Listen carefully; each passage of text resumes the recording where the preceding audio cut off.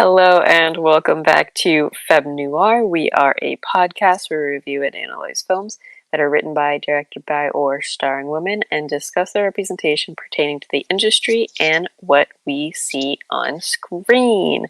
I'm Serena. And I'm Whitney. And today we are talking about the Oscars because that happened, and this is our first episode to come out since then. So instead of reviewing a movie, we're just going to review the Oscars, I guess. We're going to review the Oscars. I mean, yeah, you know what? We're going to it's all about review movies. the Oscars. We're still going to play FMF. We will rate it at the end. You won't get suggestions, but well, I mean, like, if one of it. the movies we really liked won, I would recommend that. Oh, yeah, I'd recommend the movies, but you're not going to get another award show recommendation. No. That'd be a little hard. If you like the Oscars, you might like the Golden Globes. So yeah, that's what's on the agenda today. But before we get started, we do have some quick housekeeping. As you know, we are a podcast that talks about representation on screen and in the industry. You may or may not know that it is just the two of us, Serena and Whitney. And we would like to cover a lot more and produce a lot more content. However, we can't do that without your support. And so, seeing as to how we're going on 3.5 years now, essentially, we just want to say thank you to all of our listeners that have continued with us on this journey and supported us. Thank you, of course, to our patrons that have supported us on Patreon. And if you would also like to consider becoming a patron, we do have a Patreon. We do merch, extra content, and also have a Discord that right now is patron only, just because it is the two of us. We can kind of keep that a little bit more, what's the word? Managed, I guess. Like, it's not just like everyone and everybody. But yeah, so we do a lot of stuff over there, and if you would like to be in on that, you should join us, because we are also going to be doing like movie news episodes, and we take requests if you are a VIP. So definitely, if you're interested in doing any of that stuff, head on over to our Patreon. Link will be in the description. Yeah, thanks. All right, now we can talk about what we came here to talk about. The Oscars. Yes. I'm gonna start off saying I do not like award shows at all. I find them really, really boring. No, same.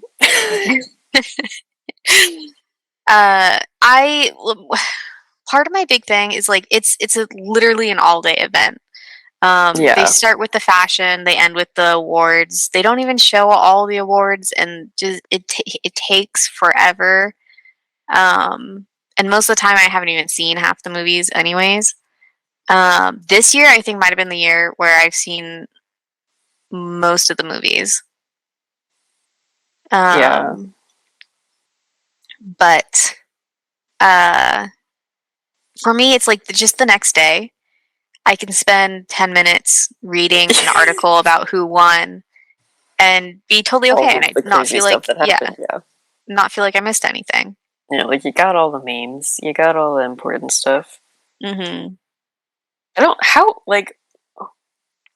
Oscars always like a televised live thing? Yeah. It was? Yeah. That's weird. I mean, I guess back then you didn't really have much to do, but so like I guess it was entertaining. It's just not anymore. Like, unless there's drama, because then what we really want is just to be watching reality TV. Well, I mean, there was last year. Yeah. And that was a big joke this year that they liked to repeatedly come back to. Yeah, they really kept bringing that up, and I was like, you guys, it wasn't that crazy. Well, it's the only I literally just had the word on the tip of my tongue. It's the most interesting thing that's happened. Yes. For a while, yeah. It's Yeah. kind of like, wow, nice. Mm-hmm. Well, especially I guess they just can't be that upset about it if they're gonna keep like reaping the benefits of it. You know, oh it's yeah, like, come on, yeah. this is not right. We do not condone this behavior. Thanks for the views, though, buddy. Like, you know what? Maybe I'll just pay another celebrity to do that in the next one because no one's watching it for anything else. No. I mean, you do get a lot of people who say like, "Oh, I'm just watching it for the fashion. I love all the dresses that everyone wears. They all look so pretty." That's my mom. My mom watches it for the fashion. Yeah, we don't even have to watch the Oscars for that. No. Watch the red carpet thing.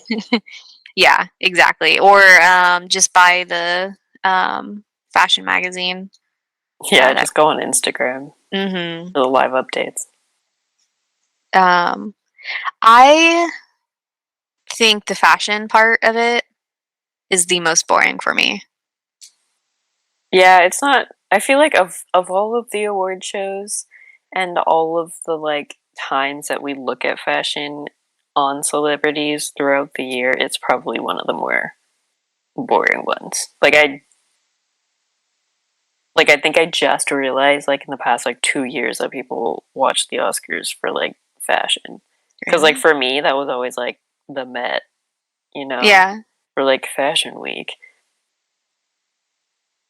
But I get like I don't know. I never really cared about like what people were wearing to the Oscars. I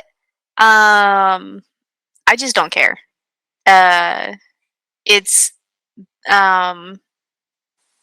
like I don't want to say like to me it feels shallow. There's a better word for it, but that's the closest I'm getting right now. Is like it all feels so shallow, and it's like you know what they do all look really pretty, but that's also the 10th black dress that I've seen tonight, and they're all starting to look similar. Yeah, like there's only been a few times where like the fashion's actually been like a statement. Mm. And like I feel like doing anything at the Oscars in the realm of trying to make a statement is like looked down upon by the Academy itself. Like they don't really try to condone that as like an atmosphere of like like they're like, oh, leave that to the like unsophisticated like musicians or something. I don't know. But like there's only been a few times where they've done that. Like I think there was one time Natalie Portman, she wore a dress that had the names of all of the snubbed female directors of that year. Yeah, that sounds like her. But like I think that was 2020. Oh wow. Okay, so like real recent. Yeah, I guess recent. It doesn't feel recent, but technically it's recent, I guess. Yeah. But like that's probably the most recent one I can think of. Mm-hmm. Like the only other thing I can think of was potentially last year there may have been a couple of celebrities that like wore garments that were like significant to their culture. Mm-hmm. If I was to, try to squint for something, I'd say the 2021 Oscars when it was all virtual and people were like in their pajamas. Kind of like, as a statement of like, oh, thank God I don't have to get dressed up this year. It's kind of crazy that there was actually a cool dress made this year that just like didn't really get that much publicity. It was called Woman Life Freedom, and it has the names of all of the Iranian freedom fighters.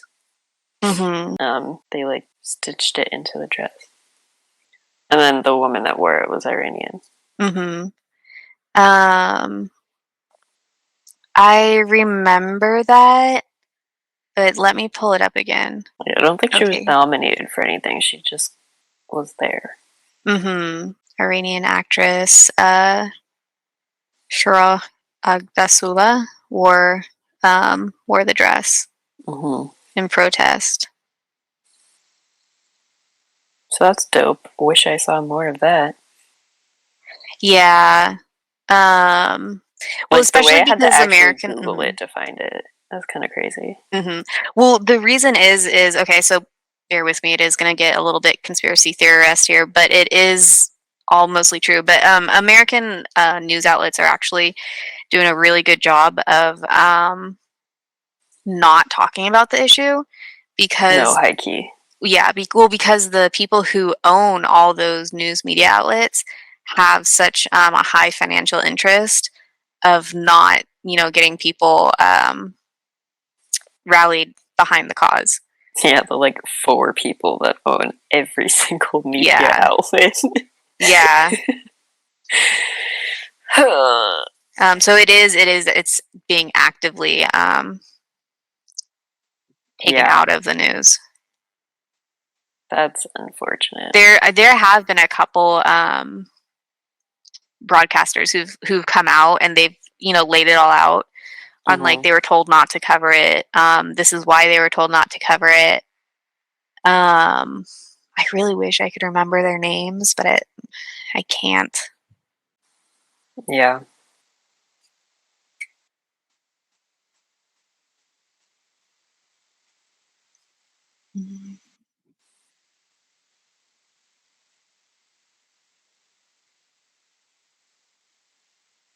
What were we talking about before that? Fashion. Oh, yes.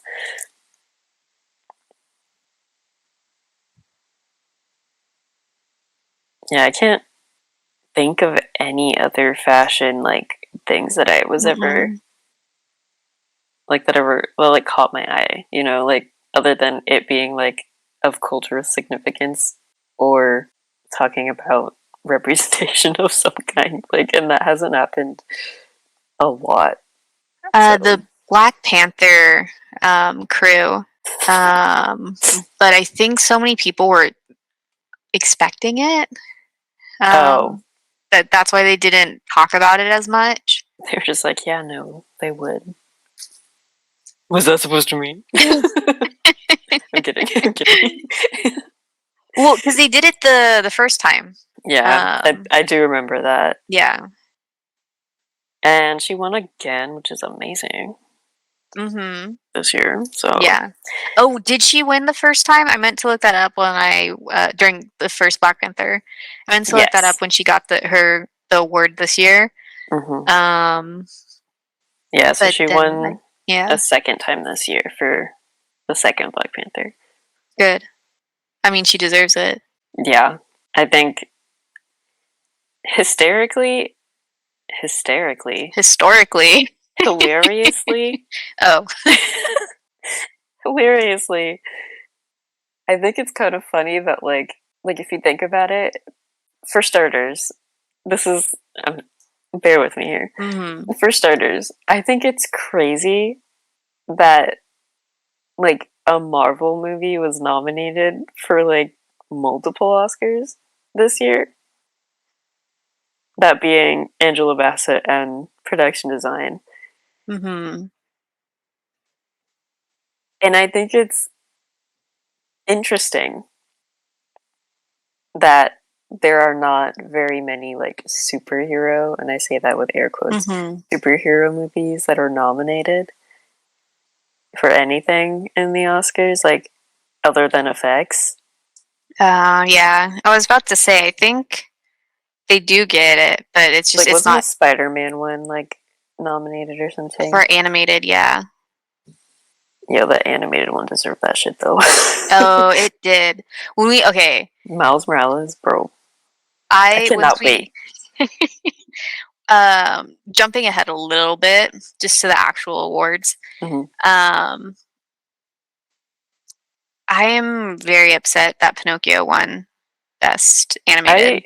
I didn't care to watch Pinocchio. Don't. It's like, I'm not gonna lie, I thought it was really boring. I did not think it was up to Guillermo del Toro's normal standards, and I have no reasons for why it should have even been nominated, aside from the fact that it was made by Guillermo del Toro. But like everyone that watches animated movies of any kind, or just movies in general, was that I know was like Puss in Boots. Yeah, agreed. Puss in Boots, or oh gosh, there was another one. Turning Red. Yeah. I didn't think Turning Red was going to get it though, because that was an early release. So I still voted for it though. Honestly, I mean, as great as that movie was, I feel like the animation was like for Disney. Oh, agreed. It was very standard. It wasn't like super special. Yeah, no. I agree, but it's Disney. Disney buy votes. Yeah, Disney can buy the votes whenever they want. So I figured they would. Speaking of votes, we have to talk about that To Leslie thing. So, like, basically, there was like some controversy with one of the supporting actresses because she basically ended up getting nominated. I can't remember her name, but she was the actress for Leslie. Mm-hmm. That's the name of the movie, For Leslie. Because she like campaigned and basically asked all of her like A-list Hollywood friends to like watch the movie and like support the movie and stuff, and like kind of asked them for their votes. Allegedly, she says she didn't ask them specifically, but like it was implied, you know? Yeah. The Oscars had to do a literal investigation as to whether or not you would be allowed to like campaign like that. And that being said, it's also one of those things where it's like you're not supposed to campaign for your movie, because it kind of like ends up, you know, skewing just like what the actual like bias would be in the critic world / in the realm of like just like the public eye. And so she campaigned for her movie by asking all of her like really big like people like Gwyneth Paltrow, like actors, to like watch and support the movie, and essentially ended up getting a nomination when The Woman King and Till, the two lead actresses of those, were expected to get a nomination for that. And so, like, that upset people. Oh, yeah. I'm upset that Woman King was snubbed. I'm so mad. Like, that movie was so good. It was an amazing movie. I honestly can't imagine why it wasn't nominated. Aside from the fact that it's just political, and you know, they say like you're not allowed to campaign for your movie, you're not allowed to like buy votes, but I've read stuff from people who are part of the Oscar committee, and they say that most of the time, they don't even watch the movies. Like, they're just like, oh, I've heard about this one in the news a lot, so I guess I'll vote for this one. And then that's how it gets chosen. So you have movies where, let's just say Avatar, because we know that one's got the biggest budget out of all the movies. Yeah. For those of you who can't see. Yeah, Serena just gagged. But so, for example, Avatar, since it's got the biggest budget, it just puts its name out there in the news for months leading up to the movie, and then the movie's released, and it generates all this hype about it, and then I wouldn't be surprised if it pays critics after the movie to just continue to talk about it and hype it up even more. And so by the time award season rolls around, and then they release it close enough to award season that it's still on the top of everyone's mind, so that by the time the voting happens, that's all people are thinking about. So, I mean, like, if you want to say, oh, the Oscars aren't political, you know, it's all like, this is proof that the movie's really good. It's not. There is definitely yeah, that's some absolutely manipulation going on. So not true. Like, yeah, the Oscars almost have always been political. Mm-hmm. Like, I'm sorry. It's just like, even when we had the golden age of Hollywood and like all of that stuff, like when it began, Hollywood's always been super political. Yeah. Hollywood is probably the second most political place. Third. Third most political place in all of the US. You got DC, New York, then Hollywood, in my opinion. It's weird to hmm. think about that in the scope of just pop culture in general, huh? I've never thought of like which lanes of pop culture are political or not, or slash like which one would be the most political. That's interesting. I don't really have much to say about it. I do think that's something that would be cool to think about. I'm sure you've heard about it. But the Franklin Roosevelt, I believe, was the first president to appear on a debate on TV, if I'm remembering this correctly. No. Hold on, let me Google this. No, I feel like it was an earlier president. Earlier? Yeah, I thought it was like, what's his face? First televised. Wasn't debate. It the one that everyone thought was hot that died? Here we go. Yeah, Kennedy versus Nixon. I knew it. Yes, okay, I kind of. I don't know why that was the only description my brain could conjure at that moment. But yeah, so I mean, sorry, hold on, I'm reading about this now. Everybody knows I meant Kennedy when I said the hot one that died, right? So, what happened was the first televised presidential debate was Kennedy versus Nixon, and for people who were watching the debate, they all said that Nixon just looked terrible, like he was sweaty. Yeah, they were like he was having a bad time. Yeah, and that Kennedy came out of it glowing, basically. And the people who were listening on the radio said the opposite. And that the televised debate was pretty much what a lot of people believe allowed Kennedy to win the election that year. Yeah, it's like heavily attributed. Yeah. So, like once I heard that, that's when I started paying attention to like a lot of the political ads and how they were run, and then learning some of the rules that you have to put into creating those ads. Oh, yeah. What's allowed, what's not allowed, and that's kind of like when it like kind of clicked over in my mind that when people say that the media influences people, like this is one of the big ways.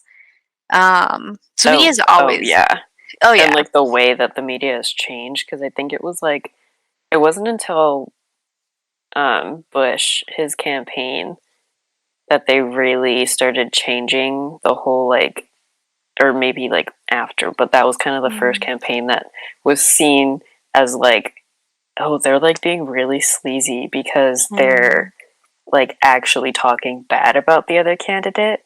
Like they didn't do that beforehand because it was like George like W? It was seen as like playing dirty. Uh-huh. And then so like, but like ever since that, like once they essentially started pitting like candidates against each other and basically forming entire like morals around the candidates and like their parties versus like just talking about like, oh, we stand for this or we stand for that, and like we're gonna put your money here and to these places, like instead of doing that and just kind of having like an overall like, here's just the facts on the candidate here, here's what they've said about this issue, here's what they've said about this issue. Once they actually started making them kind of fight against each other, like the way that our generation views like presidential races and candidacies and like even just like the race in general and like how we care about politics is so much more morphed than it was Mm-hmm. before that, because before that they were given like facts, essentially, like fact Yeah. sheets, Yeah. but like on the news, and it was kind of like everyone was saying the same stuff. You would get to hear from the candidates. um like nowadays, if there's candidates that like don't have enough money, you don't hear from them at Mm-hmm. all, No. because like no one's paying them up. Like I don't think anybody remembers like Andrew Yang running. No. Yeah. Like he was barely on the news. Like he was physically in the room, but they didn't put him on camera like ever, or even Mm-mm. like put his sound bites on like the TV. Which is just like so crazy. So like that's just an interesting fun fact that I guess is like it does get under my skin when people are like, oh, like it doesn't really matter, like it's just movies and like TV, like we're just supposed to be entertained, and I'm like, ooh, it actually has a lot more to do with that. Like that's what they Oh want you to yeah. think. Yeah. Babes. Um. So I told you about it. But they do book giveaways, and I was just randomly scrolling, and I see one of the books was called "The Black Guy Always Dies First," and it's a book about black actors in Hollywood, and Mm-hmm. they talk a lot about that. About how what is shown influences people subconsciously and consciously. And they do get into the Hayes Act and how that broke down a big portion of those roles. So I'm going through it, and I am so fucking excited for this. And it's not something like I typically don't read educational books Mm-hmm. or nonfiction books. Um, but like this one it's really good. It's really really good. I definitely recommend it. And Putting it on the book list. That's yeah. another thing, just side note, that we are putting on our Patreon too, is book lists. Anyway. But like both of the authors are really witty. Um, so it keeps you interested. And I hate saying this because like I feel like it's a little like condescending, but it has a lot of pictures. So that helps a lot. Like most of it's just stills from like movies. Mm-hmm. But when they're talking about movies, I'm like, okay, like, I kind of like know it, but then like seeing the picture while they're talking about it too, like helps me connect with it more. Mm-hmm. So the use of their pictures is actually really good and really helpful too. And it's just a fucking fantastic book, and I want everyone to read it. Who's the author again? There's two. Let me look them up real quick. No, because I totally am interested in reading that.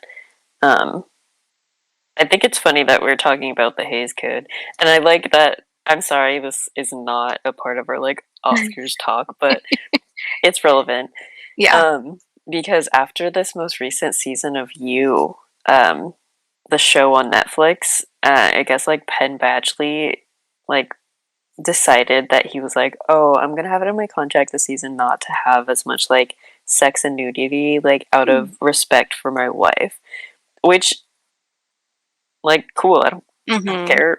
Like I don't care. But for some reason, a lot of people ended up like supporting that, but like supporting it in a very weird way, where they were like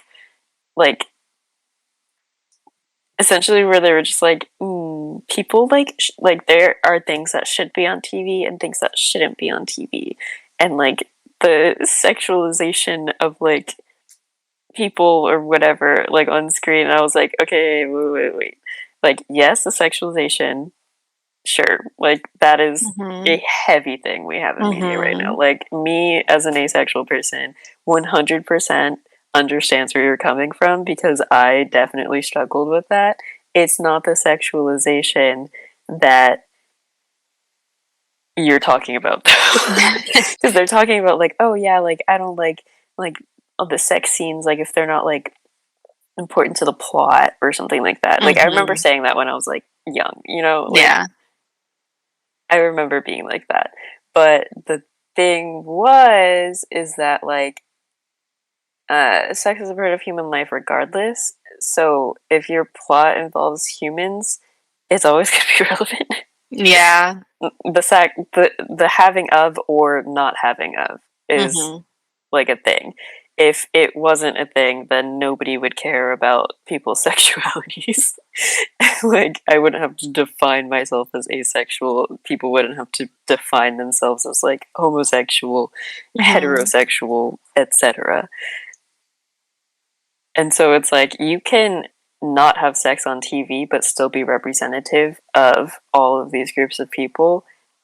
And the thing that they're complaining about isn't the sex on TV. Sure, if you want to talk about it, like, not being like a plot thing, it's like, for some people, like, most of the time, it isn't just a plot thing. Like, if you actually watch a lot of the stuff and, like, understand, like, what the intimacy of those scenes are, and, like, if you have just, like, the media literacy to understand that, like, a lot of times, like,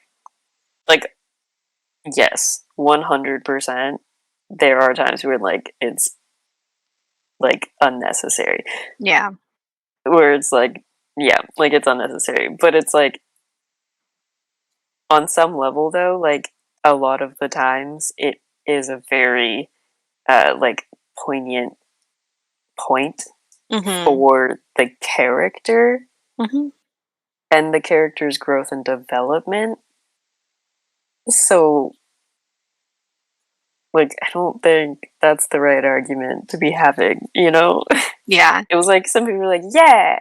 We're like, yeah, like, on the surface, that sounds great. Like, sure, whatever. I don't care about his personal life. Like, but then they kind of got into the thing where they're like, I don't think there should be sex on television at all. And we're like, well, nah.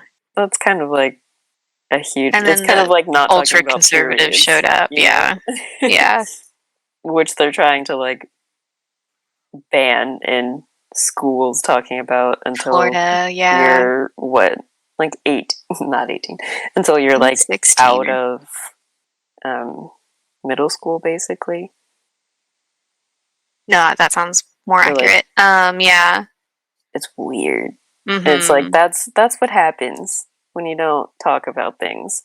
Because, like, I think one of the arguments of, like, that is, like, oh, like, their parents should be having these discussions with them. And it's like, look, regardless of if you ban it or not ban it, it's still going to be on the internet. It's going to be on the media. Well, that, and they're all trying to do it to, like, you know, protect the children. But the problem is because the children don't know anything about it, they're more likely to get the wrong information and harm themselves. Yeah. So, like, wow, we really have learned nothing from anything, have we? Gosh. No, history repeats itself. My goodness. I cannot... I don't get it. I don't get it. I mean, I get it, but it pisses me off. It's all about money and... Oh, yeah. Like, whatever. I do care a lot, obviously. I was gonna say I don't care. But, like, jeez. Burnout is real. For real. Like, what? I literally watched a video of a senator say with his own mouth, he was like, we used to just have 2 peas, and that was...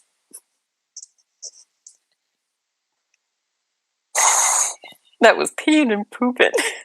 Oh my god. He goes, but now, there's a third... He says, but now, as of 2023, there's a third P, which is period. Jesus Christ. And then he said, and women, they don't have a muscle down there. So when it happens, it just happens. They can't hold it. Can we, like, mutiny? Can we throw him out of office? Send him back into, like, the 3rd grade for bio lessons? I was like, bro, you know that, like, the vagina is literally just a muscle, right?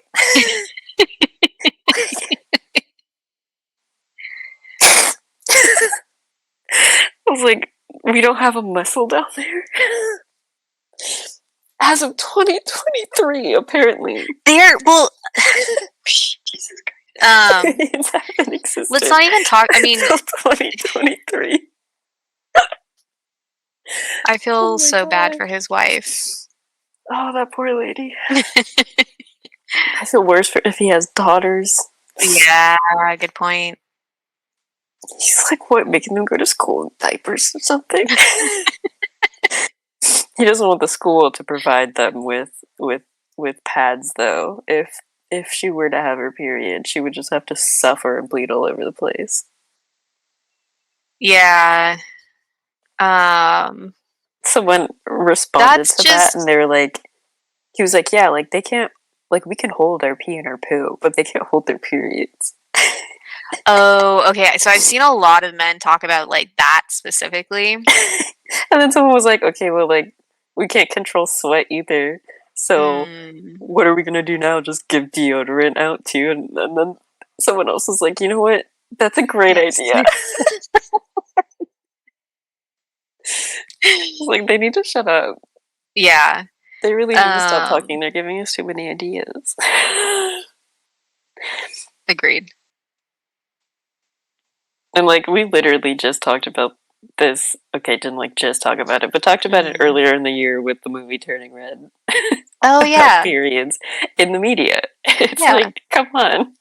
This is why it's important, because you have freaking senators talking about laws about period care in schools, like public institutions, and he doesn't even know how it works. I'm literally crying. These are the people who are making laws that affect our lives every day, and just the sheer like ignorance that they full like chest spew in front of like live people and like recorded people too, because like that's gonna be all over the internet forever, because we all know that once it hits the internet it never dies. And that's gonna be like one of his legacies. There's two P's. Pooping and peeing. And as of 2023, a third P, which is period. I literally cannot. That was incredible. I hope to never say anything that stupid. Just like sometimes I hear just like white men say things, and I'm just like, wow, I wish I could just be stupid. With no to little consequences. Literally, like, wow. Being a queer woman of color. Man. Could you imagine just being able to say whatever and have no consequences? Ever? That's crazy. Like, I can't imagine. I was about to say I can't. Because there's never been a moment like that. So, yay. That's so weird. So weird. Like, us being unable to fathom that is what they feel when people are telling them they need to be, like, held accountable for their actions. I never had to be held accountable before. Why do I have to be held accountable now? I couldn't imagine that. Yeah. Oh my gosh. 2023, bully the politicians. Anyway, back to talking about how much of a crime. Honestly, it's a hate crime. I'm deeming it a hate crime that Woman King did not get nominated for anything. That is a slap in the face. It was either slap in the face. Entertainment Weekly or Variety. One of those really big media outlets. What they did was they took five of the people on the committee from like different aspects of Hollywood. So there was like an actor, a director, a producer, and then like two other people who work within Hollywood. And what they do is they keep them anonymous, and they call them by their name, like their job title. So actor says this, director says that. And the actor that they chose this year was the worst person you could find like homophobic, racist, sexist, and just like you said, just said whatever he wanted with no consequence. And the publication, instead of, finding someone better, decided to publish his views. And for me, like, if I'm reading this, like, even if you give me the disclaimer, like, his views are not what we view, like, what he says are his own beliefs, not the beliefs that we uphold. I To me, it's like, you still publish that, like, you're still endorsing it enough so that everybody else can see this. And in multiple places during this interview with him, he just like went back to bash on the Women King for like no reason. He just randomly bring it up like in the middle of like a thought and just say like stuff like, and so I'm gonna have to like paraphrase because I don't remember everything he said. We'll find it and link it though. Oh yeah, for sure. We will put it in the Discord. But he said something about how like just essentially like black women didn't matter. And like there's no need for that story to be out there. Like we get it. Like there were slaves in Africa. No one cares. So stuff like that. My gosh. Yeah. Dude, they had enough trouble trying to get this movie made because of that belief just in Hollywood in general. That like black stories aren't enough to carry that much of like, they're not enough to garner a fan base. They're not enough to garner, like, bro, I'm sorry, but like that movie made like 97 million opening box office. That's amazing.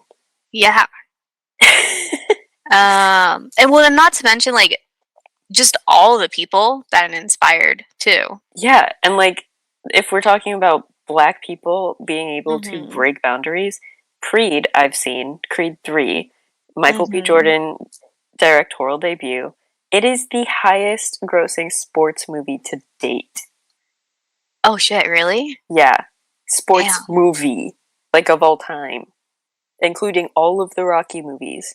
I was going to go for Field of Dreams. The highest. like we did that like this month. Dang, that's crazy. Isn't it? Like that's insane. And it stars only black people. Come and tell me that we don't have enough pull to have a financial like reason to back us. Stop. Just stop. Okay, hold on. I am gonna. And then y'all are gonna go and freaking nominate for Leslie, which made what, 12,000? Something like that. Yeah. Is a rough number. That is not an exact number, but it did not make nearly that much. So I'm going to circle back here to the book I was talking about, The Black Guy Dies First. To answer your earlier question, it was written by Robin R. Means Coleman, who has a PhD, and Mark H. Harris. And when I said that this was an educational book, like it is sourced, like it's got its sources in the back of its book.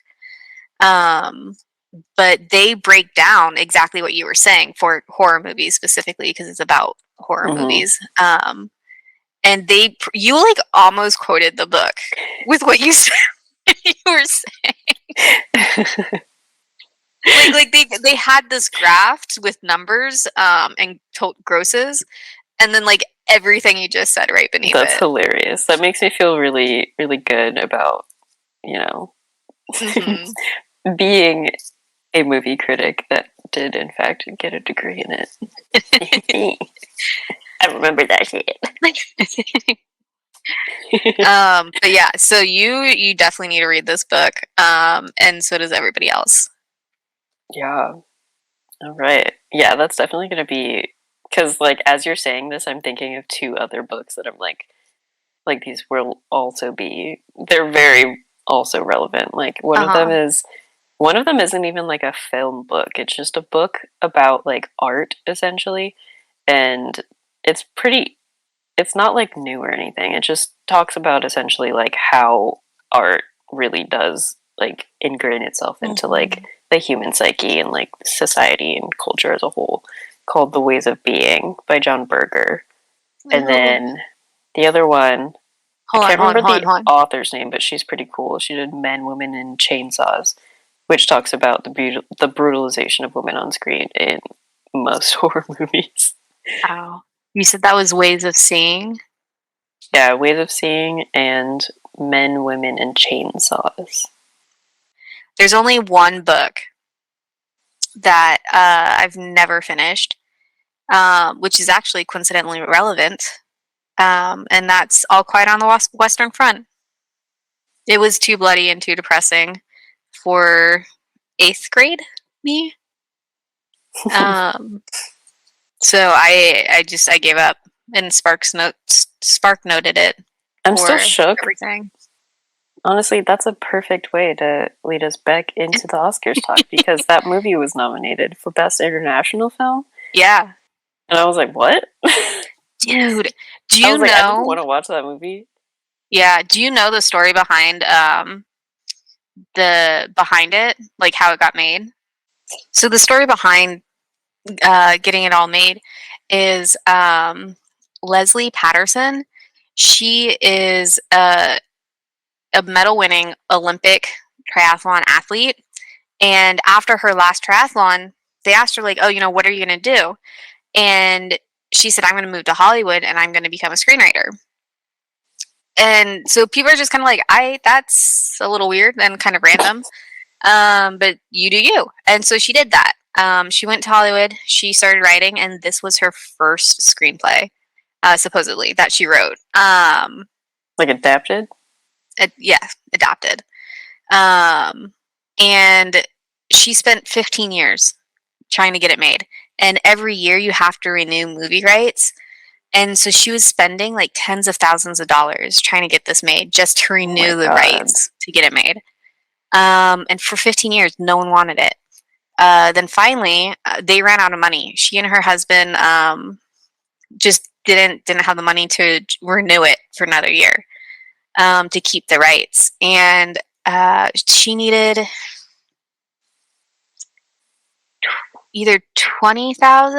I think it was 20,000 or 200,000. I think it's $20,000 to renew the rights just for a year.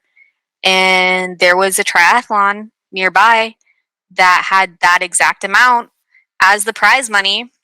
And she hasn't done triathlon in 15 years. Like, after she quit, like, that was it. She quit. So 15 years later, she just decides to start training again, like right before the triathlon begins. 2 days before the actual race, she breaks her shoulder. And instead of pulling out, she decides to tape her hand to the bike, tape her arm to her chest. And let's see, there's swimming, running, and biking. Yeah. So when she was biking, she had her. How'd she do the swimming? She taped her hand to her chest and just swam one arm. And won. She won the money. So with a broken shoulder, she won this money after not only has she not done a triathlon for 15 years, she did it on a broken shoulder, because she was so determined to make sure that this film got made. And lo and behold, she did it. She won the triathlon, she got the money, renewed the rights, and then sold it. And it got made, and it now won an award for Best Adapted Screenplay. That's crazy. I know. Like, if you want to talk about a movie, like an inspirational movie, like, that sounds like one. I know, they should. What? That's more interesting than the movie itself. Yeah, I know, right? That movie was not that great. Wow. Interesting. Mm-hmm. Well, kudos to her. Oh, yeah. That's, wow. Literally a dream come true. Insane. Mm-hmm. I honestly couldn't even tell you what other international movies were nominated for international features. I don't think I heard about them. Yeah, I think I recognized one other one, but I didn't think it was going to win. All Quiet on the Western Front was too big of a name. Yeah, like everyone already knows that just from life. Mm-hmm.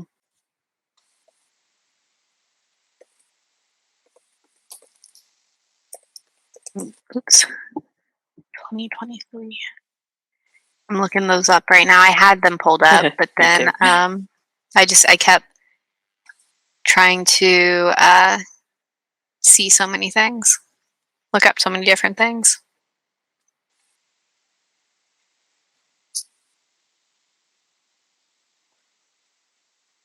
It was nominated for a whole lot.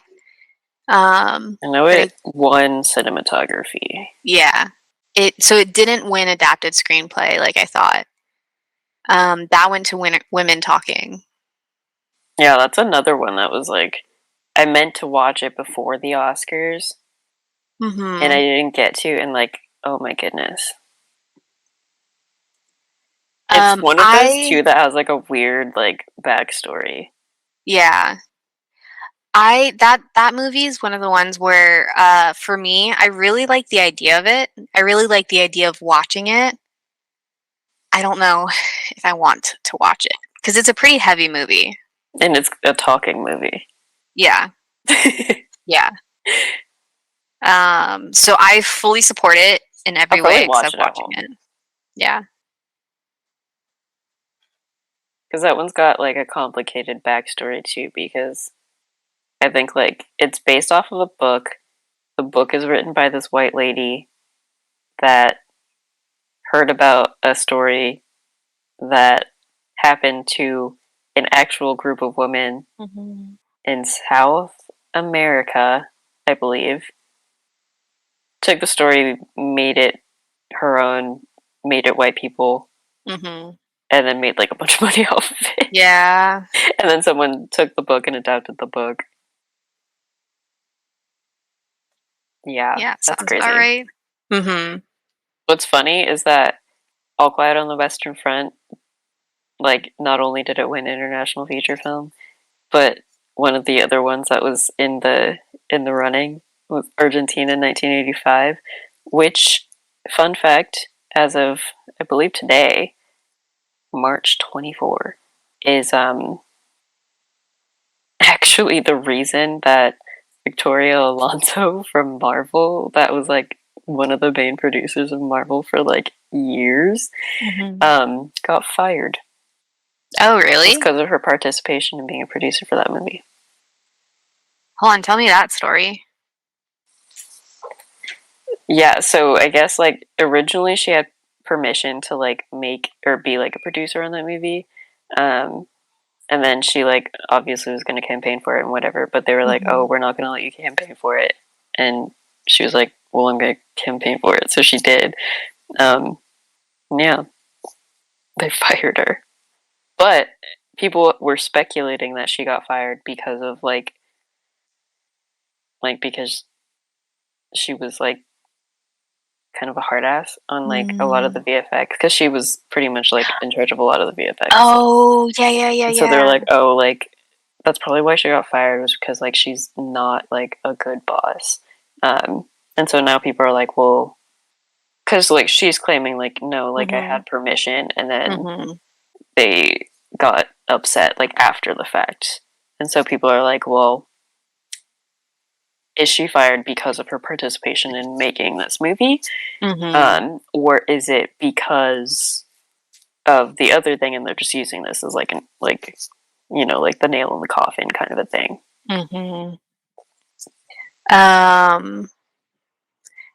I have no doubt that like for me it feels more like a nail in the coffin.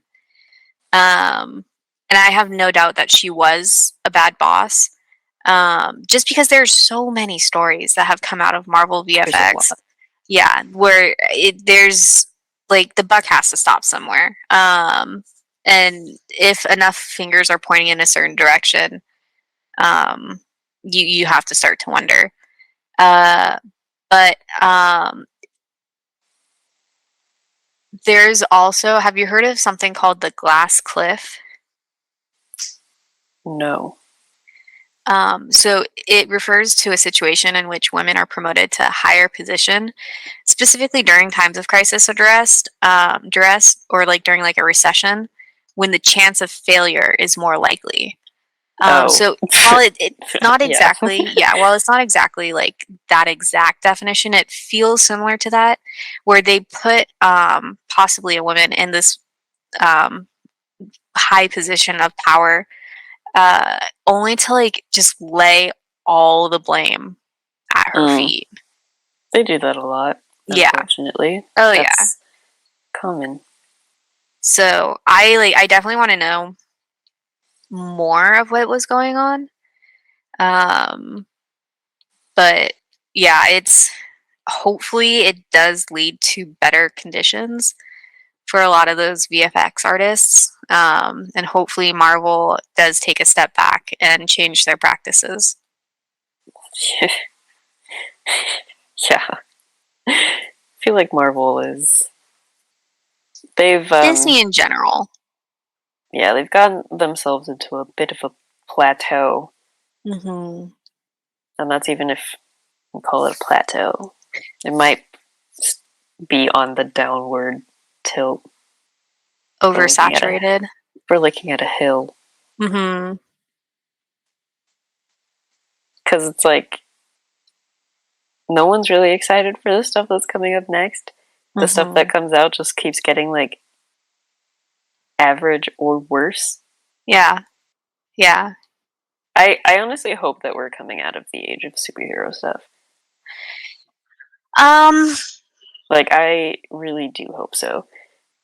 Because not yet. I can tell you right now, not yet. Based off the way that movie trends are going, currently people are using movies as escapism. Specifically, the most popular types of movies right now involve time travel and or alternate dimensions. Yeah, or multiverses. Yeah, so you can do that without superheroes. Oh yeah, you can. But look at Everything Everywhere All at Once. That one Everything Everywhere All at Once. Yeah. Jeez. What a sweep. But I think it's easiest to do it with superheroes just because it's already such like they're all big names. It's an established property. Yeah, and it's already like an established basically like way to tell a time traveling story without having to build your own lore. Yeah. Yeah. So I think we're in it for the long haul with superhero movies. Interesting, because I was going to say that we're probably going to see a lot more like absurdism, but for similar reasons. And I think Everything Everywhere All at Once was kind of like I hope not. It's like the not. It's basically like the yep, we've done it. This is it. Everything's gonna be weird and nothing matters, but like you know, in a hopeful way, but also a sad way, because that's also what happened. Like historically, if you look at like just the world and art in general, like postmodernism type, like the like depression, like all of that kind of stuff, like it would make sense that we would be kind of taking a turn into a new, well, it's not really a new way of looking at something, but like a different type of zeitgeist. Yeah. And it would make sense for it to be like an absurdism, because absurdism and weird timelines, like it would make sense.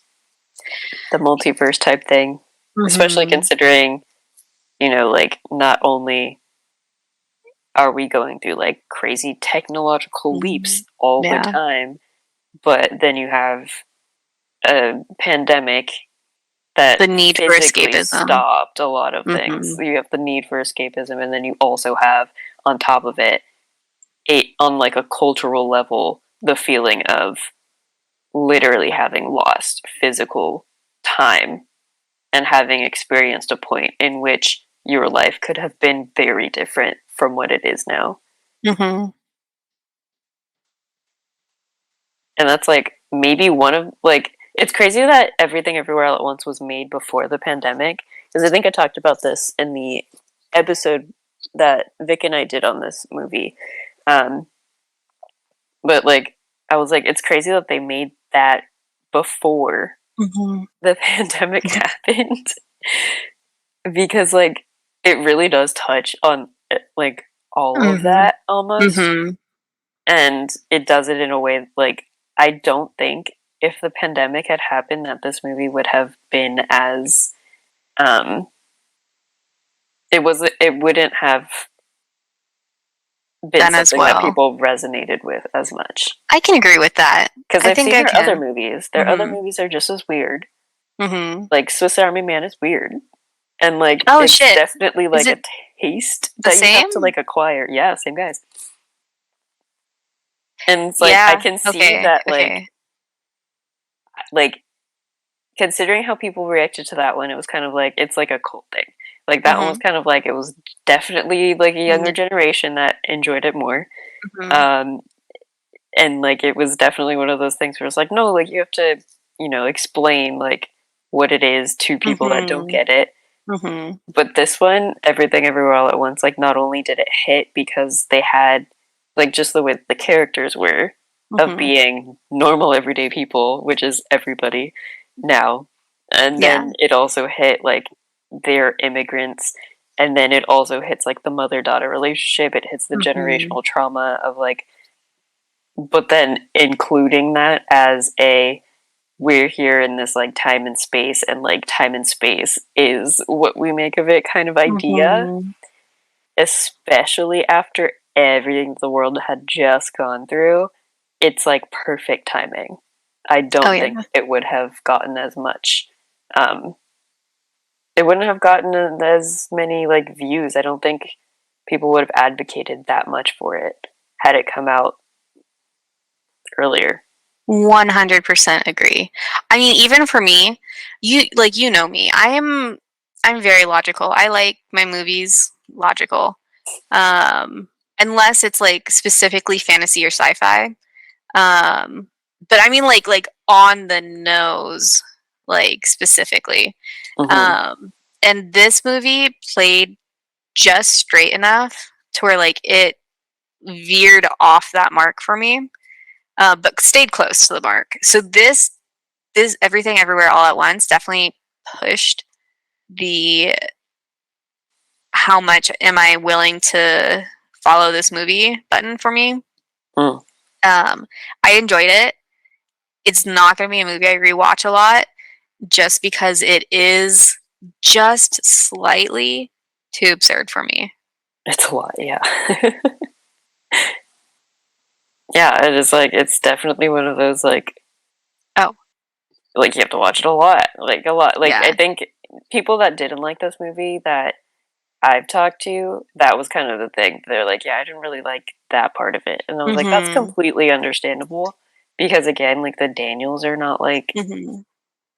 like I mean now they're big, but like they Yeah, weren't big before. but Like they were very indie level. Like yeah. I mean, Everything Everywhere All at Once was an indie movie. Like it got pretty much all of its advertising from like because A24 picked it up. A24 does its thing, but everything else is essentially word of mouth. Mhm. Um Circling back just very slightly. Yeah, if we hadn't gone through the pandemic, I probably would not have liked it. Just cuz with Swiss Army Man, I only watched that specifically because Daniel Radcliffe was in it, and I was, going through my Harry Potter phase. Um, so when I did watch it, it was kind of the same thing, where it just like it wasn't my normal type of movie. Mm-hmm. Um, and it was so close to being something that I'd probably watch and like watching. Mm-hmm. And instead of like really liking the movie, like I wanted to, I'm just like, oh yeah, it's a good movie. Like I found entertainment value in it, but it's just Just like tips not the my edge of movie weird. either. Yeah. Yeah, like I'm not just always in the mood to watch a guy be best friends with a corpse that is reanimated and talks, but also just has like a lot of powers. Yeah. It's like the friendship level that like just Mhm. that level itself. I think that's this Everything Everywhere All at Once does better in the fact that it does pay a lot more attention as far as like the plot and like points of the movie are a lot more about the relationships, and that's like why what they do works, is because it is always more about like the relationship of the characters than, and like the absurdism is kind of like either like metaphoric or, you know, absurdism. But Everything Everywhere All at Once really does hit a very specific intersection that is like, that they really did pay homage to, like a lot of the plot, like especially with like Jobu Chibaki, like the character literally, like essentially if you boil it down to like the essentials, is she's looking for her mom. Yeah. She just wants her mom to understand her. Like, yeah. And all of the craziness. And I think that it's good that in Everything Everywhere All at Once, they tell you that quite literally. Oh, yeah. Because otherwise, that would probably be the thing that would have broken the movie. I can tell you right now. Not to review the film, but. My mom, she watched pretty much like all the movies that were nominated. She tried to watch as many as possible, right before, like the week leading up to the Oscars. And when it came to this movie, I told her, I'm just like, Mom, I don't think you're gonna like it. And she's like, oh no, everyone loves it. Everyone loves it. I think I'm really gonna like it. And I'm like, Mom, I don't think it's your movie. Yeah, you have lo and to, behold, it's like a warning movie. Yeah, well, lo and behold, afterwards, you know, I was talking to her about it. I'm just like, yeah, so like, I'm really interested. Did you like the movie? And she's just like, I don't know what that movie was about. And I'm like, I mean, to me, because like you said, like they very quite literally tell you, like there's no hidden meaning to this movie. But it doesn't come until like the third act. Yeah, and I think at that point she had lost the plot. Yeah. So I think she definitely checked out. Like they were like, she kept saying like, okay, but what about this? What about that? Like she kept like trying to connect all these pieces, and I'm like, did you not watch the end of the movie? And she's just like, I don't remember anything about the end of the movie. I remember everything before the end though. That's funny. Yeah. Yeah, because, no, I think my mom had a similar thing. She was like, I don't really get it. And I was like, that checks. It's a weird movie. Like, because it's a lot. It is a lot. Yeah. It's so good. Because they really, like, they tie it up really nicely, in my opinion. Oh, yeah. I do think, like, if I did have any things about the movie that I'm like, wasn't my favorite, is that I do think that it's a little too long, but that's completely agree. Like the timing, like the pacing just felt off once, like, I don't know, the end just felt too long.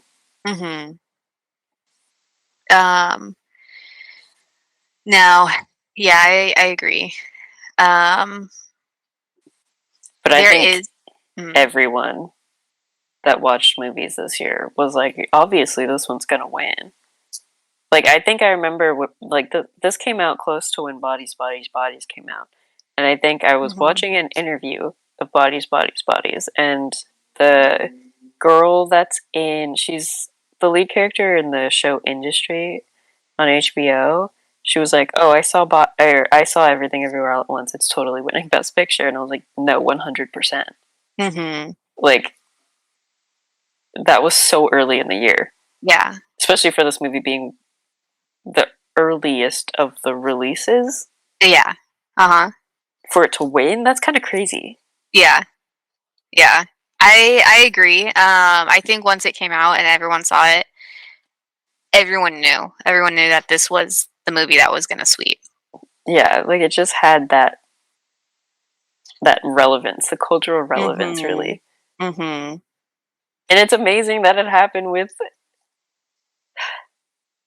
It's just amazing that like not only is it like culturally relevant, but it also like represents like not white people, and that's just like amazing to and like not straight people either. Like it's just like, wow, that's so nice. I agree. Like, this movie is the first movie to be nominated for Best Picture that has more than one Asian person in it. I'm pretty sure this is the first Oscars in the history of the Oscars that has more than one Asian person nominated for Best Anything. Just like in general. Which is bonkers. Like, Michelle Yeoh is the first Asian woman to be nominated for Best Actress. I'm pulling up a list, but it broke a bunch of records. Yeah. I mean, it's the movie that's won the most Oscars ever now. Mm-hmm.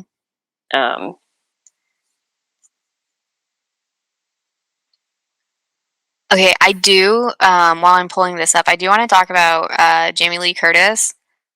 And how she should not have won. Same. Yeah, no, it's the first time multiple actors of Asian descent have won Oscars in the same year. Yeah. Like, just more than one. Yeah. Was that the benchmark? One? Yeah. Just more than one. I mean, that, like, you literally can't get lower than that. Like, bro. In the history of the Oscars. And, like, I'm so glad that they all got to have that moment, you know? Like,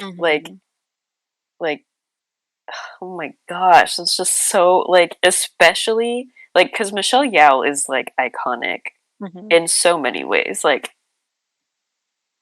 she's been in so many movies and has been just such a trailblazer in cinema in general, not only for women, but also, like, as an Asian person.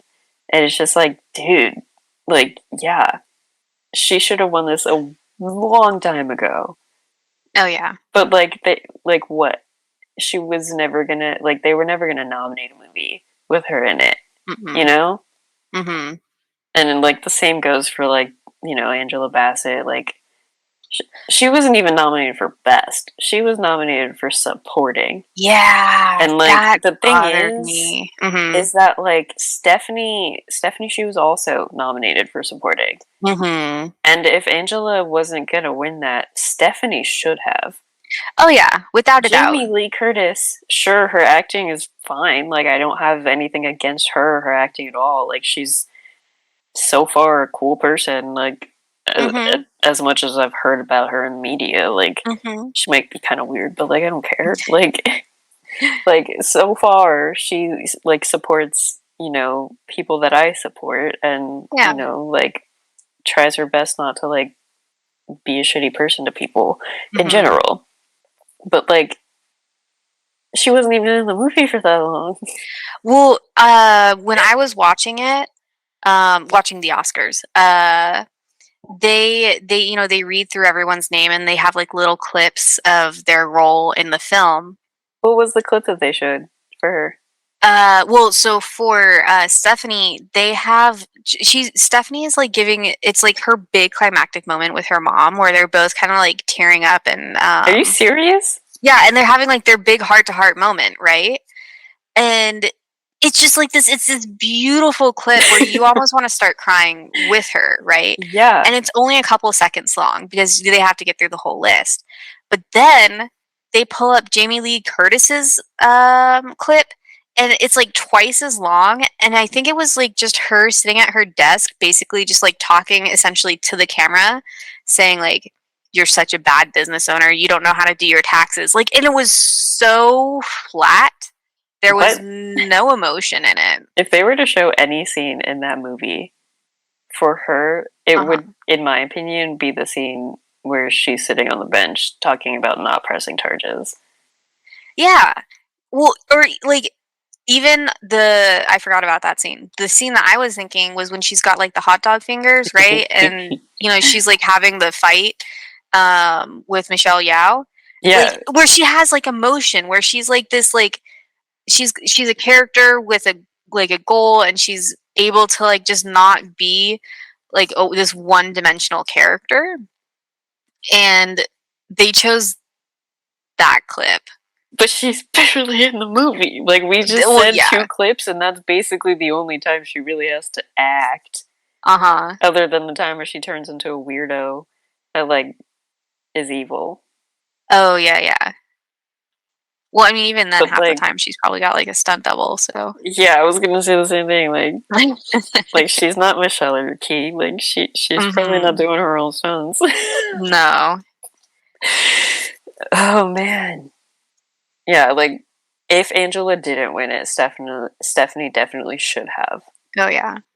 I don't know if you've seen it. Really shitty that Angela didn't, because like it's like not only did like Black people just not get nominated for anything this year, to have the one that did get, well, okay, there were two that got nominated, and to have one that should have like very easily gotten that award. Like most people expected her to win. Oh yeah. Just to like, no. Like, bro. Yeah. I don't know if you've seen it, but someone made a TikTok of the moment when Jamie Lee Curtis wins, except it doesn't focus on her, it focuses on Angela Bassett. Oh yeah, her face. It's heartbreaking. And I was like, girl's valid. Yeah. Valid. She doesn't have to pretend to be happy. No, yeah. So and like it's not Jamie's fault. Like, no. Jamie is Jamie. Like it's the Academy 100%. Oh yeah. Well, I mean it always is. But yeah, I feel like Angela Bassett and Stephanie were both really snubbed in the most unfair way possible.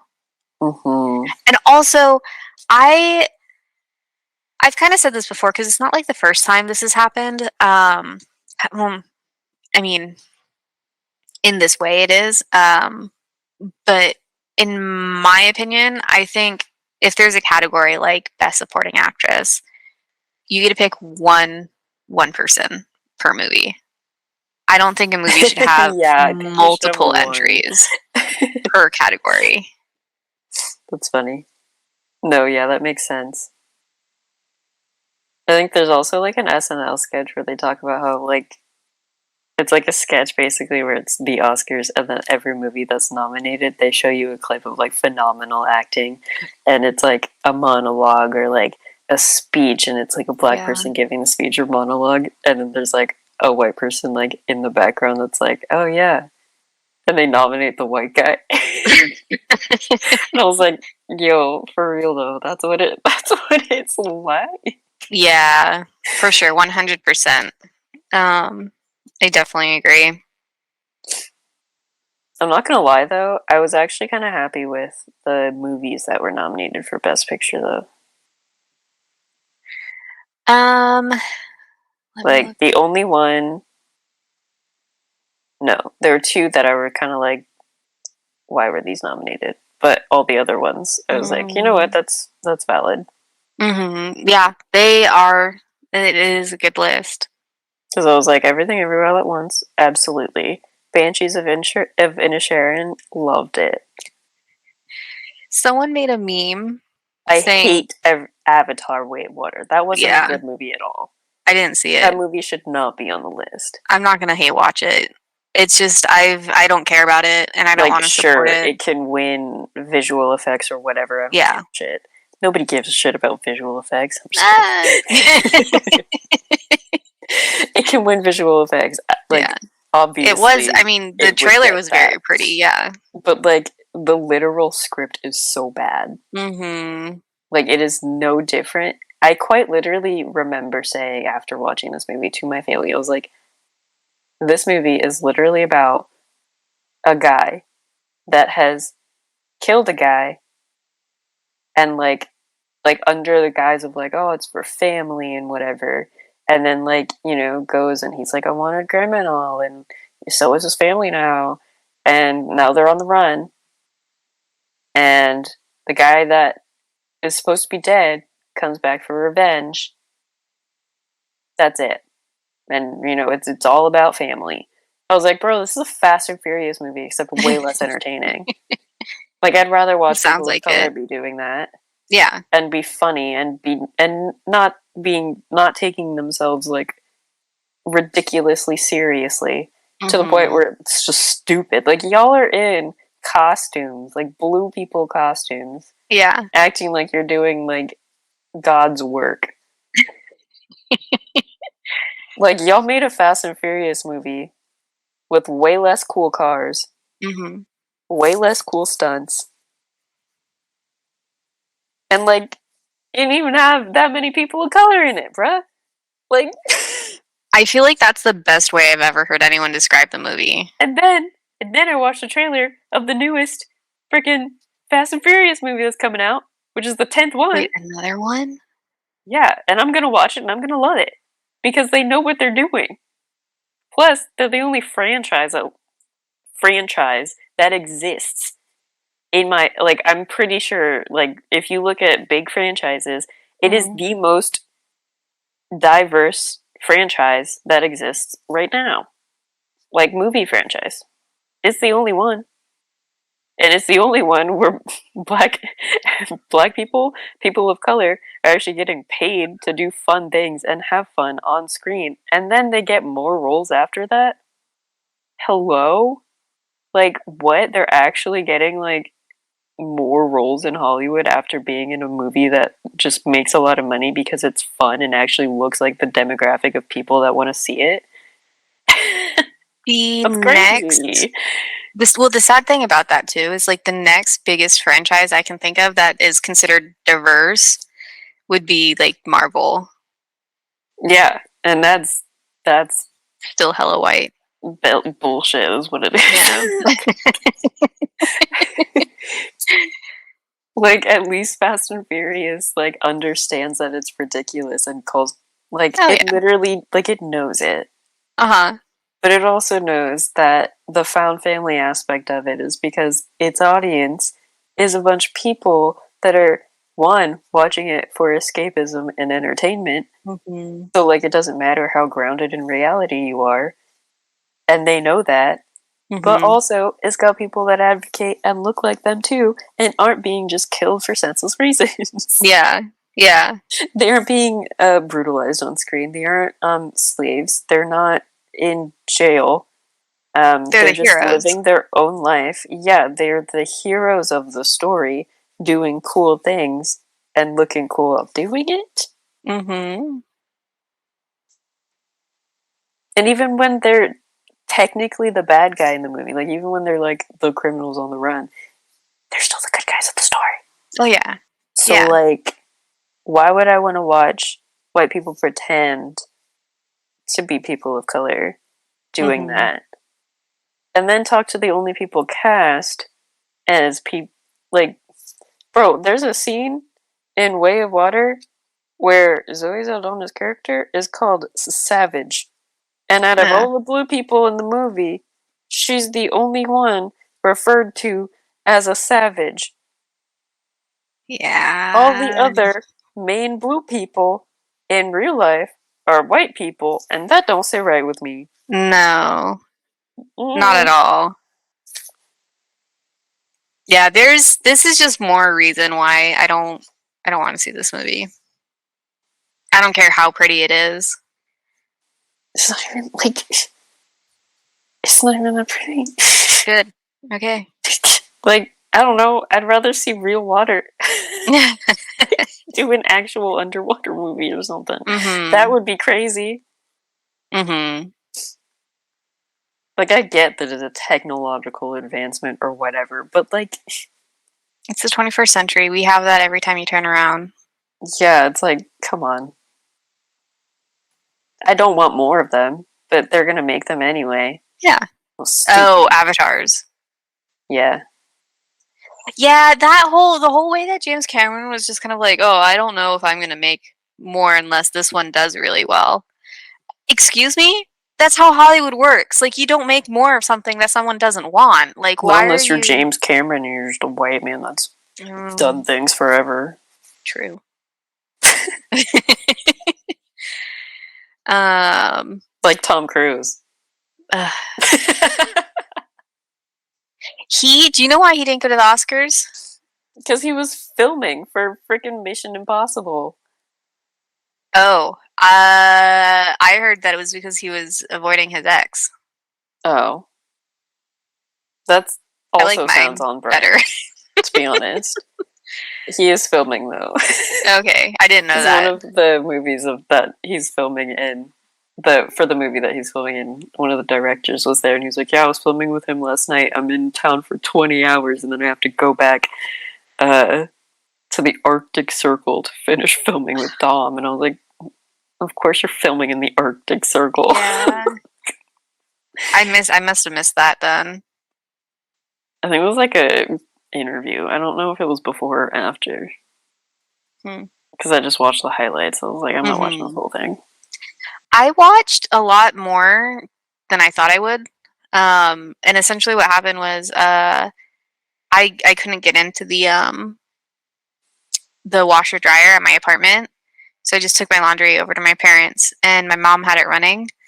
So I ended up watching a couple hours worth of it because I was doing my laundry. I didn't have internet. I was moving. Oh. Which is my excuse, but also, why would I sit down and watch people tell bad jokes? Yeah, I mean, it wasn't...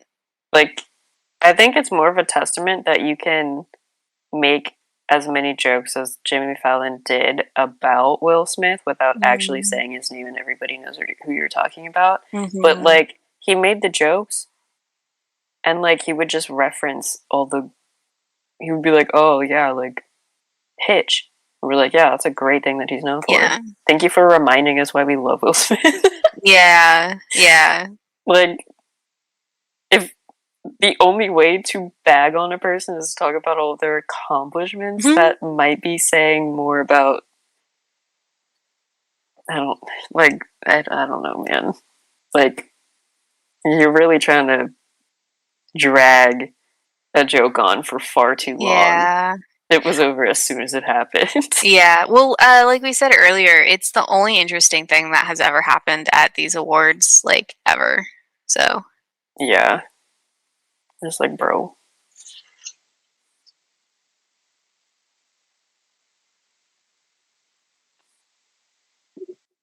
I didn't finish Elvis. Did you watch Elvis? No, I don't care about music biopics. It was weird. The only thing I know about it is Austin I didn't Butler? like how they did it. Oh. It was weird. Because I thought, it was going to be like a regular, biopic, But then, it starts off and it's it's Tom Hanks, as whatever character he is, talking about Elvis, essentially, like the story of Elvis. So it's also got, an unreliable narrator. Oh. And, the editing and the colors are, really bright and, dramatic. And I was just like, ugh. My eyeballs. Yeah. And I just, was not into it. There was not a lot of, music either. At least, in the beginning part that I wanted, that, I've watched. And I was like, I don't want to finish it. Yeah. Elvis, just like Marilyn Monroe, is just one of those people where their whole life everybody knows about already. Just don't touch it. Yeah. So I feel like... Sure, he did a good job acting, I guess. Yeah. So, I feel Man's like I already... got a great Elvis impression. So, it's Austin Butler, right? Mm-hmm. He apparently had a speech coach help him get Elvis's, very specific accent. And then he couldn't stop doing it. Yeah, now he can't stop doing it, so he's supposedly going to have it forever. Which, honestly, that's fair, because, I watched Love Island, and I couldn't stop, so... I couldn't stop mimicking their accents either. Yeah. He says he's gonna get rid of it. I don't know how. And just another speech coach. It's just kind of funny. Mm-hmm. It reminded me of Lindsay Lohan, who had been, really quiet for quite a while. And then she came back and she like did an interview for something, and all the news outlet or the media outlets were just kind of like, Lindsay Lohan sounds so weird. Is she on drugs? And like they tried to like play it up into like this big thing. And then she she just came get out. arrested? No, that was For Amanda fraud? Bynes. Oh. No, like I mean, like in the last couple of days, arrested. Oh, I don't know about Lindsay Lohan and fraud. I thought I know about Amanda Bynes. And what happened to her recently? She was apparently running around downtown LA naked.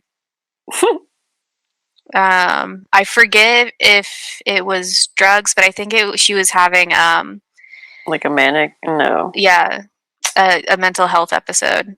And she ended up calling the police herself, or someone. She called for help herself. So they like help for herself? Yeah. That's scary. Yeah. But so hopefully she's getting the help she needs. I want to say it might have been drug induced though, because when I was reading it, I felt really sad because she did have a drug issue, and then she went to rehab and she put in the work and she was doing really good. Yeah, she's got charges for crypto fraud as of 2 days ago. Lindsay But like a Lohan. lot of celebrities do. Yeah. Like Jake Paul. Yeah, I think Vanessa Hudgenson is one of them too. I don't understand crypto, so I didn't invest ever. I don't. My brother. At least I don't think I do. Yeah, one of my brothers. If I do, someone else has done it for me. Yeah, and I was asking him about that whole situation, and like why are all these celebrities going down for it? And it all boiled down to their special rules and laws regarding cryptocurrency. Soldier Boy and Austin Mahone. Really? Wow. This shouldn't be funny, but also like money doesn't exist.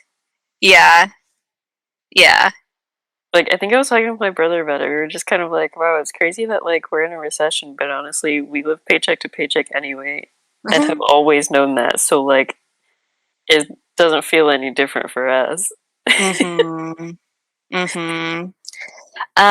just watched a TikTok about how people were talking about like their families just never noticed like the Great Depression or the last recession because they were just too poor. Yeah, we're just like, this is just how it's always been. Yeah. I just noticed that there were more people in places that I frequent.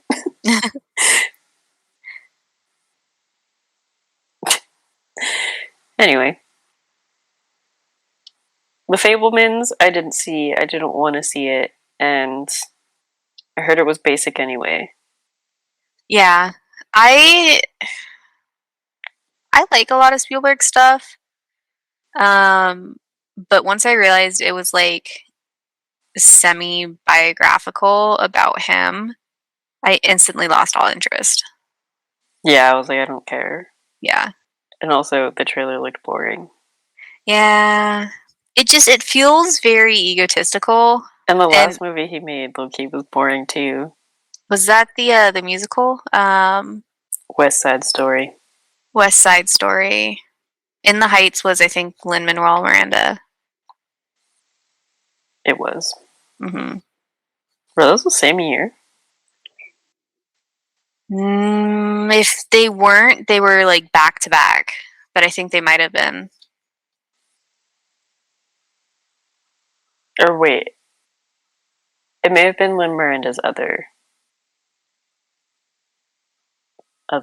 movie. It was the Disney one. Moana? No. Oh, Encanto. Yes.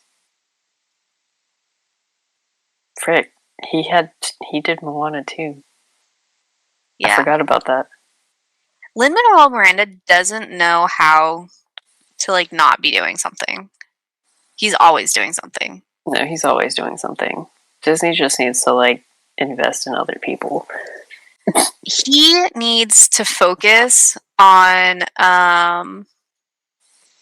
Actually, no. Okay, so I don't know if you've heard of the book series. He should stop trying to sing. Is what he should stop doing.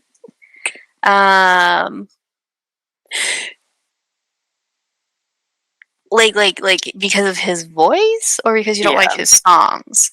No, he can't sing. Okay, his voice is not good.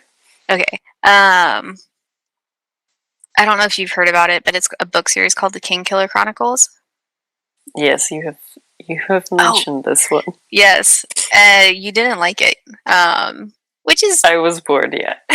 Fair. I highly disagree, but it's such a beautiful book, and the author is like pretty much said he wasn't really interested in having it adapted.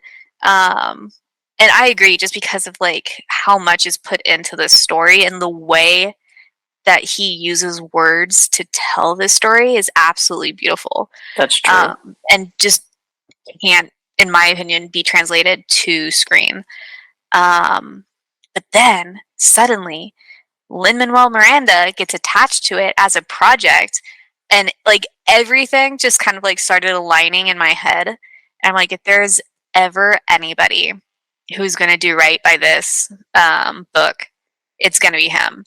And now I want him to only focus on that project. Interesting. Mm-hmm. You're a very big fan of this book. Oh yeah. Those of you that are listening, Whitney has been talking to me about this book for years of our friendship. Yeah, I really tried to make her read this book too. And she loves this book like I love Fleabag. It's one of the books where, okay, disclaimer, it is dense. It's not as dense as Lord of the Rings, but it's pretty dense. A lot of people can't get through it because there's because of that, and also because a couple other reasons. So it's not a book for everybody, but it is a beautiful book that if you appreciate words and storytelling, you're gonna love it. But it's not finished, the series. And it might never be. It might never be. And everyone who has become a fan of this series is absolutely devastated by this. It's an ongoing joke. It's supposed to be a trilogy, and we have 2 books and a spinoff, and it's been I think over 10 years since the second book came out. Well, you never know. Suzanne Collins waited 10 years and then just decided Songbirds and Snakes or something. Ballads of Songbirds and Snakes. As a sequel to something? It's the prequel to the Hunger Games. Oh, cool. They're making a movie off of it. I'm really? Mm-hmm. Wow. I am 100% minutes before we started recording tonight, I was watching Catching Fire. I've been thinking about rewatching The Hunger Games. It's on Netflix. Because it's trending on my TikTok right now. Yeah, well, it's on Netflix because, oh my god, you and me. But it's on Netflix until the 30th. Wait, only until the 30th? They just put it on 31st? Netflix. Yeah. In February. Yeah, they're taking it down soon. No. Mm-hmm. I'm pretty sure I own them all anyway, but still. That series, look, I'm not gonna lie. I slept on that series. I think a lot of people slept on that series. I think as big as it got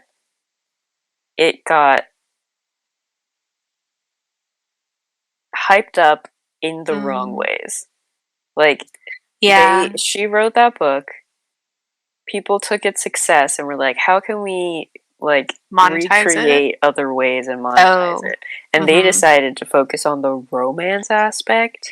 Yeah. And I was like, dude, why? Because that was literally fabricated. in the book. Like, yeah, the romance wasn't a thing in the book.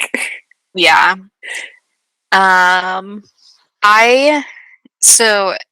Because it's all on my TikTok, and people are like breaking down the book, I realized how much I'd missed when I first read it in like high school. I'm straight about to reread those. Yeah, like early high school for me. Late middle school. Even now, rewatching the movies, because like I'm pretty sure I might have only seen each movie once, like in theaters.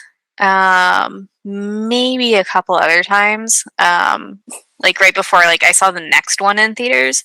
Mm-hmm. But like rewatching it now, like it is, aside from the CGI is very dated, but like everything else about the movie holds up so freaking well. Like, in a way that maybe isn't that good. What? It's not good that it's still relevant. Oh. Yeah. Yeah. It's not good that it's getting more relevant. Yeah. Like, girl, you were supposed to predict this. Like, fuck. Like, I think we rewatched it in 2020. Oh, wow. Just because we had nothing else to do. And then we were like,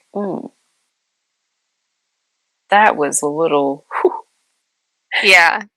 And then, yeah, and like, I think like, yeah, like I hadn't watched it or read it since they came out, you know? Mm-hmm. And then I realized, like, when I had read those, I realized how much I've grown. Because I remember specifically reading those books and being like, I loved Gale. Ugh. Okay. Yeah. Yeah. Rereading those books, Gale is the biggest red flag. Yeah, okay. I agree. Because like I was trying to remember if I did like Gale too. I somehow also managed to just block out of my mind that he was the reason for Prim. I think much like Katniss for the most part, I liked him up until that point where I was definitely like on the fence, but like leaning towards him for the most part, and then he killed Prim. I'm like, all right, you're an actual jerk because you're not even sorry about it, but you like claim that you love her, like WTF. But then like now rewatching it, like it's like every time he comes on screen, it's just like red flag. Literally. And I like did not like Peeta. I still don't really like Peeta, but that's just because he's Peeta. Like, yeah. I don't know, there's just like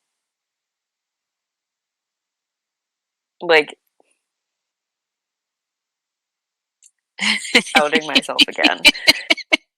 I have said this multiple times in our FMFs, but when it comes to guys, I like to be on equal footing. Yeah. I don't want them to be below or above me. Peeta's just a little too below, you know? Yeah. Like, I feel like he would just do anything. And I'm like, I don't want you to do anything, I tell you. Put up a little bit of a fight. Come on. 100% agree with you. There are, because it's on my TikTok, and because I'm more on Book Talk, I've been getting a lot of like literary analysis of the books specifically, not the movies. And recently what people have been doing is they've been comparing Gale versus Peeta and, you know, why Peeta is the better match. They always do. Yeah. And I mean, she literally explains it in the end. She's like, I didn't need fire. Yeah. Like, I was fighting fire with fire. It's like essentially the thing that, like, Black Panther was like, you can't fight fire with fire. It's just going to end up destroying everything. Like, you need to have something to live for. And Peeta gives me that. And I was like, yep, that makes sense. Summed up. Yeah, exactly. So, like, just rewatching it. Should we have a watch party? Just rewatch all of them on Discord? Ooh, I'd be down. Yo, patrons, hit us up. Well, actually, I guess we'll hit you up because that would be really fun. Maybe we'll just do like 3 consecutive, like, I don't know, Saturdays. 4? Oh yeah, 4 consecutive Saturdays. Mm-hmm. Well, no, it ends when? It leaves when? Oh, well, I mean, if you own them. Oh yeah, I forgot about that. Possibly if you own LOL. them. I'm down. We should just do it in a month, because then we could just do a whole Hunger Games month. Yeah, sure. Because like every week, 4 movies. That's perfect. All right, April. We're doing it. I'm down. Hunger Games movie month, I guess. We're just gonna watch them all. Let's do it. Yeah. All right. I saw Babylon. I thought that was gonna get nominated for more than production design and music. Like, I actually did think that it would get I thought maybe it would get nominated for screenplay, maybe Best Picture. Really? Okay, the Best Picture part was because it's like historically, Yeah. the Oscars kind of enjoys movies about movies, and that movie is literally just like a history of movies with fictional characters, but from like the beginning of movies. And so like I was like, oh, they're probably gonna nominate it because it like literally is from like the silent era to sound. I'm not surprised it didn't get nominated more. It just the vibe wasn't there. Yeah, that's I'm surprised. fair. I'm surprised it got nominated at all. I thought it was gonna get nominated because that's how I was like, oh, well, the Oscars likes to do that, you know? So I just thought they were gonna nominate it for everything. No. I did like the movie though. Yeah. I still need to see it. I do really want to see it. Like, it is actually towards the top of my list. Like, if you're a filmmaker / film like history buff, you will probably like it a lot because it does hit on like it basically shows, like we were talking about the Hays Code earlier, it kind of like it touches on that in the transition of like silent films to like the golden age in quotes of Hollywood, and like all of the changes that happened that like, yeah, maybe it was good for like money, but it wasn't great for representation, and how like you could get away with a lot more before the golden age, or what we call the golden age of Hollywood. Like, there were actually a lot more women that like there were so many more women that contributed to a lot of films before the golden age. Like, they were editors, they did so much in the industry, and they were like actually got to do it. And then also like people of color, like when it comes to like the music of scenes, and like, yeah. And so like, yeah, you see that with different characters. And it's also, who is it? It's freaking what's his face, Damien Chazelle. So like the cinematography is good, the music's good. It's like, I think some people have described it, sorry for the pretentious sounding thing I'm about to say, it is the antithesis of La La Land. Okay, I was about to say there's no way that it can sound pretentious, but then as soon as you said antithesis, I'm just like, yeah. Whereas La La Land is kind of like a, well, Hollywood has like its ups and downs, and like, you know, eventually it'll ruin like people, but like it's almost the same type of like story as La La Land, but like flipped on its head. Because like in the end they're successful, but like they lost all their friendships, and then like, you know, like you learn that like, yeah, you can have your dreams, but you're gonna like lose a little bit of yourself in the process. Whereas Babylon is different because it's like all of these people were in the industry, and then it changed and they couldn't keep up with it, but like they're still like, but it does it in a way that pays homage to that. And it's Okay. not like it's not like they're not good. It's that the industry is a beast. Yeah. Kind of a thing. Agreed. Which, yeah, is like the same. But like, so like, whereas La La Land is like really pretty and colorful and like clean, Mm-hmm. Babylon is not. Interesting. Babylon is chaotic. Uh-huh. So be ready for that. Okay. 'Cause You don't that have was to sell another me on one. it, just because, like That I was said. another one I watched with my mom, and she looked at me after and was like, I don't get it. And I was like, I would have to give you at least an associate's level education of film history right now for you to get this Mhm. movie. Mm-hmm. I was like, that covered a lot. But it's entertaining and it's pretty. The music's good. Nice. If anything. Uh-huh. You know. Yeah. More so than Wave Water. Ugh. Uh-huh. Like, wow. If Everything Everywhere All at Once didn't win, I probably would have wanted Banshees of Inisherin to win. Mm. Because, like, it was very creative. And it was so funny. And it, like, it had that, like, similar vibe of, like, talking about, like, the human condition. Mm-hmm. I didn't see Tar, though.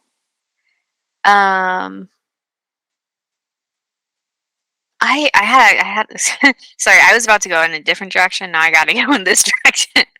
I actually had a lot of opportunities for like free tickets to go see Tar. No, same, yeah. But I couldn't get past the trailer. The trailer was a little too much for me. And then all of a sudden it got nominated. It felt like out of nowhere. And so then have recently heard things about the movie that have made me be like, wait a second. Yeah, maybe I do really want to see this movie.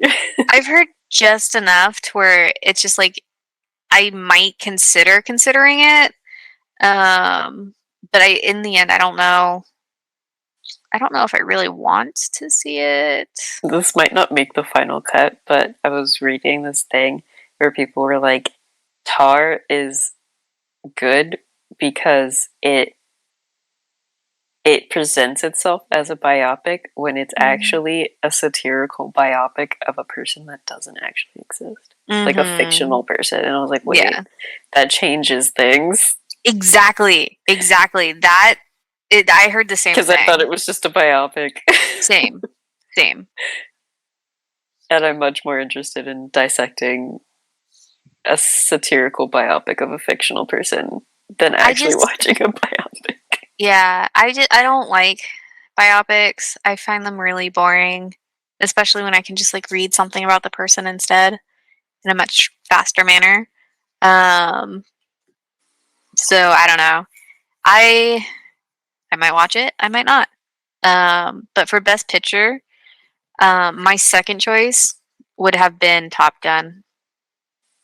No. Yeah. No. Yeah. No. No. It's okay. No. Listen. No. Listen. Nah. I will admit, it's pure sentimentality. It is. I'm so angry. Tom Cruise does not deserve that. I agree. But Top Gun, the original, is a national treasure for my family because my dad saw the movie. Because of how effective it Yes. How effective it was at propaganda. 100%, yes. My dad saw the movie and immediately was like, I'm going to go fly for the Navy. And he did for 20 years. He flew for the Navy because of this movie. And so we we just constantly this was probably funny. Top Gun and Independence Day. Independence Day is valid. They're the two most watched movies in my family. Like we watch them multiple times, like every year. Like Independence Day has Will Smith and Jeff Goldblum. Yeah, I know. So like, I know. We don't talk about the sequel though, because it's not good. Wasn't that a Hemsworth brother? What? Wasn't that a Hemsworth brother in the sequel? Yeah, I think so. He was supposed to be like the new Will Smith, essentially. Well, like, you had Will Smith's son, and then like the Hemsworth brother was like his like rival. But stupid. Yeah, that doesn't exist. It was so bad. But yeah, it's so when Top Gun 2 came out, like we went and saw it opening night. We saw like the first movie we could get. And it was just like we came out of that movie and like our minds were blown. Like we were just like, this is a good movie. Like it wasn't. There's a lot of stuff that's not good about it. But it was 30 minutes too long in my opinion. I agree. And Tom Cruise should have died. He should have sacrificed himself, and they should have just let him be sacrificed. I didn't think about that, and normally I am all for killing characters. Like, I just think that, like, for their characters specifically, like, he doesn't really serve a purpose for, like, the story anymore, other than, like, coming back and being, like, a hype man. Oh, yeah. But, like, I feel like it would have shown more character growth of, like, Tom Cruise's character, I can't remember his name, Maverick? Mm-hmm. Like, it would have actually just shown the character growth of him if they had just, like, let him die and actually sacrifice himself. Because I don't think that him going back, I don't think that Goose going back, Rooster. like, Goose, oops, yeah. Rooster, going back for him made as much sense. Like, I think it would have been more impactful for him to have actually just lost that. Mm-hmm. I definitely see where you're coming from. I surprisingly disagree. Plus, that would have made a lot more sense if they want to continue making Top Gun movies. Oh yeah, for sure. I think they're still going to continue making Top Gun movies. I don't know if Tom Cruise will be part of them in the future.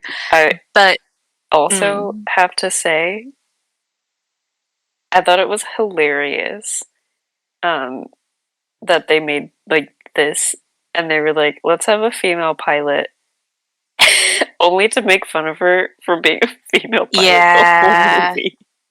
I was like, yeah, what was the point? They're inclusive because she's female. Let's just bully her. Yeah. Pilot. Yeah. I was like, my guy, that's not what we're talking about. Mm-hmm. And then the love interest was literally there to be a love interest. Yeah. And Nope, never mind. I was gonna say the only reason it passes the Bechdel test. It doesn't pass the Bechdel test. The mom and daughter? Yeah, but don't they talk about Maverick? Yeah, but I mean, like, they also talk about her homework and... Oh, yeah, because they talk about their homework. That's it.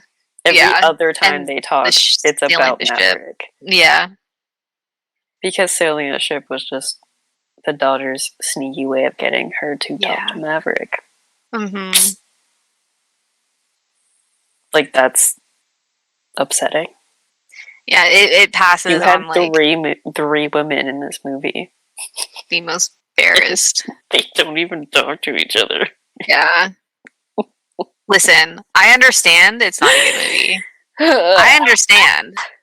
I still like it. It's still my second choice. And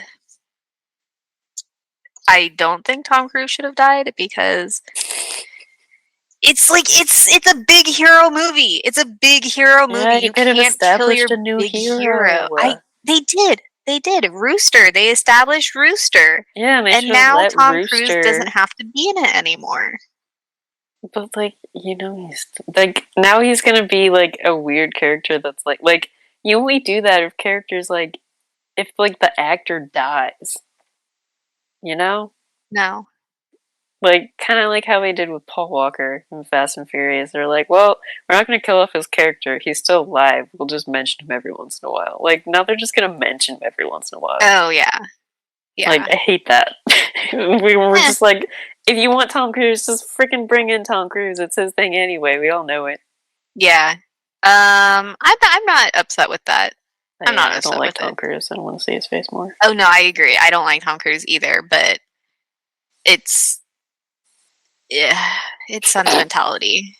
That's all. Like I understand what it is. I did like the cinematography of the airplanes though. That was fun. Mm-hmm. That was way more fun than watching Avatar. Yeah. Well, I assume so. I will say that if you want, here's our recommendation section. If you want a movie that has like the vibe of Top Gun Maverick, but is historically relevant in the fact that it is about the first black pilot to fly for the US, you should watch a movie called Devotion. It also has the same guy in it as like the co-star that is the rival co-star guy in Top Gun. And yeah, he's a Navy pilot because pilots flew with the Navy before they were the Air Force. So it was, I think, World War... No. I don't remember which war it was. But it was like the 40s. But yeah, first black pilot to fly for the US. Played by Jonathan Majors and directed by a black person. So you should watch it. Devotion. And they don't do a Green Book thing where it's like a white savior movie either. Ooh. Interesting. Okay. I'm willing to watch that. I'll put it on my list. Devotion. And Joe Jonas has a very small role in it. So I don't know. Let's just do with that what you will. I mean, people went out to go watch that one war movie with Harry Styles. He does the end credit scene. Okay, but that was like a Christopher Nolan movie. Or are you talking about the Policeman one? No. The one with the... It also had an airplane and... The Nolan one. Yeah. Yeah, but that wasn't because of Harry. Oh, a lot of people saw it just because of him. Really? Yeah.